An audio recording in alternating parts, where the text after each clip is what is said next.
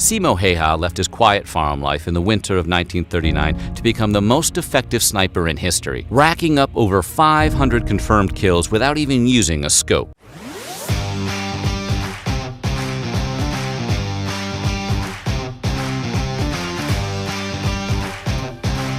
Hey beauties, welcome back to the channel. It's nice to have you all back again. If you're coming across this channel for the first time, please kindly do what to smash the subscribe button. Welcome to the family. And if you're a returning subscriber, hello, nice to see you all again.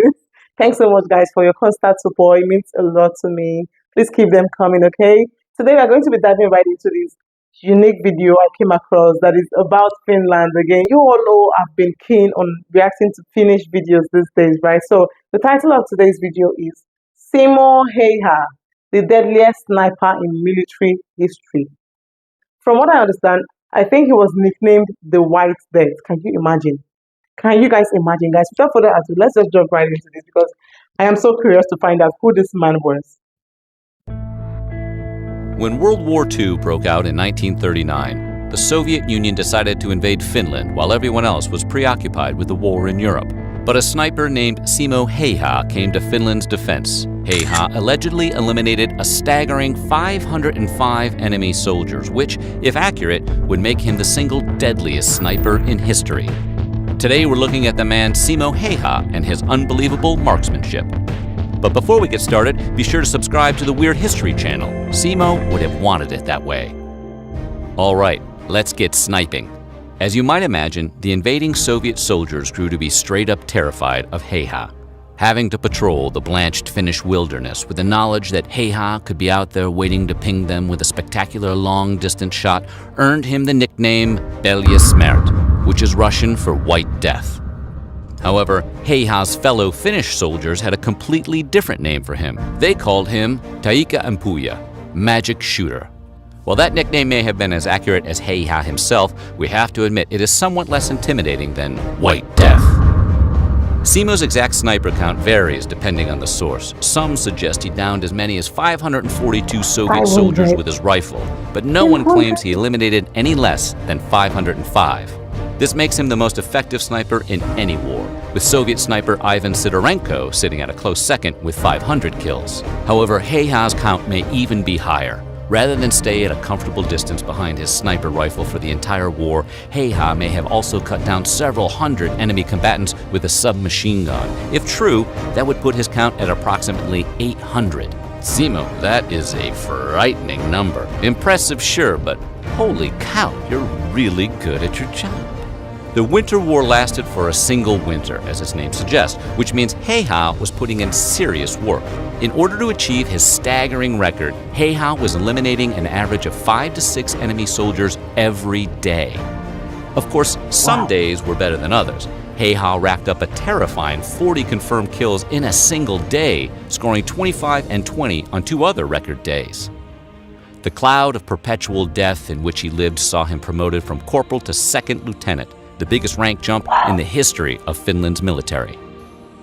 Häyhä did not use a scope to forge his legendary sniper count. He preferred to use the plain old iron sight on his rifle. Yeah, no scope. He's just an all-around old-fashioned badass. Beyond being hardcore, there was a strategic reason for this, beyond just showing off.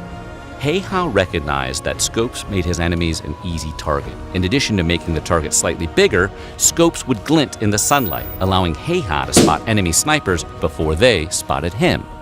At the time, every Finnish citizen was required to do 1 year of military service, and Häyhä had done his 14 years earlier, back in 1925. That was the extent of his military experience. He did join the Finnish Civil Guard as a reservist, which is essentially the equivalent to the U.S. National Guard, but he stuck to his civilian life of hunting and farming, right up until the Soviets decided to invade in 1939, at which point he was summoned back to service. If his hunting record was anything like his war record, we suspect the deer around Häyhä's home had a nickname for him too. After he completed his year of mandatory service in 1925, Häyhä was given the option to purchase his service weapon, a standard bolt-action rifle. He bought the gun and spent the next decade and a half mastering it. When he was called back to duty during the Winter War, Hei-Ha brought his old bolt-action rifle, turning down a more modern rifle with advanced optics. The extreme cold, which ranged anywhere from -20 to -40 degrees Fahrenheit, caused frequent weapon malfunctions among his fellow soldiers. But Hei-Ha's experience with his bolt-action BFF allowed him to keep the gun functional throughout the winter.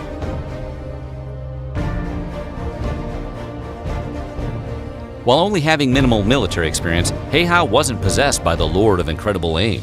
He developed his skill from being a competitive sharpshooter, having grown up a few miles away from the Civil Guard shooting range, which held annual contests.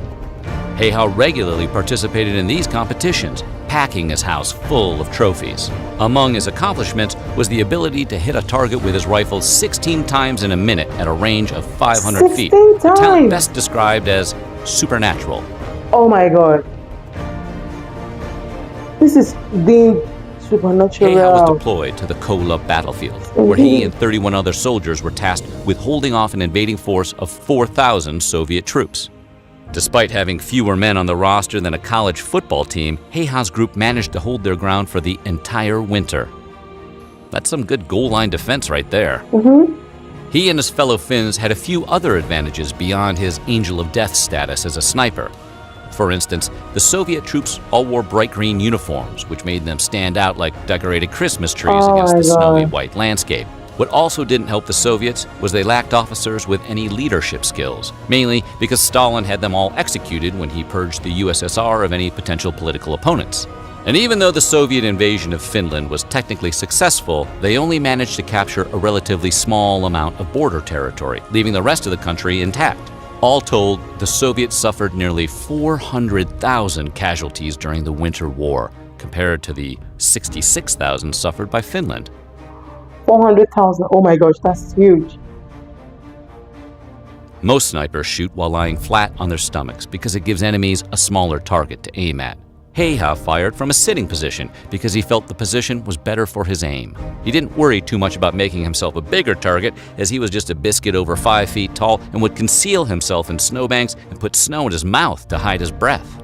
Additionally, Hei-Ha would pack snow in front of his rifle barrel or pour water on it to freeze it, so that smoke would not rise from it after he fired and give away his position.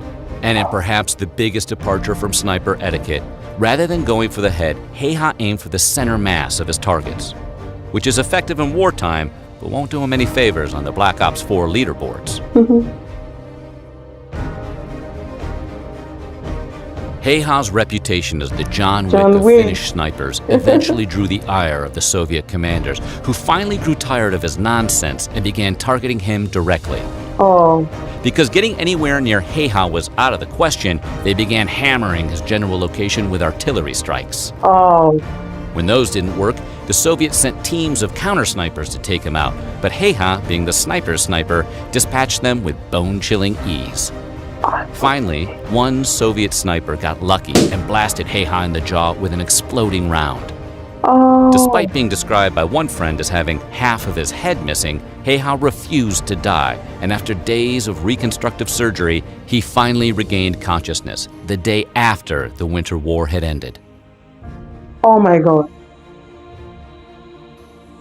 Despite getting a portion of his face blown entirely off his dome in a time when medicine was still largely experimental, Hei-Ha survived World War II and went back to hunting and farming. The Finnish government actually gave him a farm in 1961, presumably both to reward him for his service, and they probably wanted to stay on his good side. Hei-Ha took up dog breeding and continued hunting, winning the Ruokolahti Hunting Society's Game Cup 5 years in a row. In 1970, he moved into a small apartment where he lived out the rest of his days before passing away at age 96 in 2002. 96. That's right, the deadliest sniper in World War II lived long enough to have witnessed the rise of popularity of NSYNC. Oh my Simo God. Hei-Ha left his quiet farm life in the winter of 1939 to become the most effective sniper in history, racking up over 500 confirmed kills without even using a scope before returning home to live out the rest of the 20th century in peace. Oh my God, guys. I am filled with so many questions, guys. I am filled with goosebumps. I am filled with chills all over me. Rockstars, now, I've got this question. Before I even ask these questions, I give it up for Hei-Ha. He was He was a sniper without any scope. Guys, many a times we hear people are snipers, they do this, they do that, but at least they've got a way of doing it, right? But this man here has got no scope. Instead, he does the things normal snipers wouldn't do. For example, staying in a sitting position to shoot, using the old model gun instead of using the modernized ones. I think it's his grace and his skills. And for the fact that he served for 14 years, that was a huge number of his life spent there working as a snow military fighter. He would, of course, have loads of skills, to utilize. Guys, this was super interesting to watch. My friends in the house, what do you think about this? What do you think about this? Now, my question is, how was Ahab being able to survive all this while without being found by, the other party? Was he not known by name, or did nobody give him up? If Ahab wasn't given up until when he died in 2002, that means Finns, you guys love each other. You guys are really united. Wow, this is super interesting, guys. My friends in the house, let me know what you think about this in the comment section. And bless his soul, may he keep resting. Don't forget to smash the subscribe button and give me a thumbs up. Till we see you in our next video. Bye.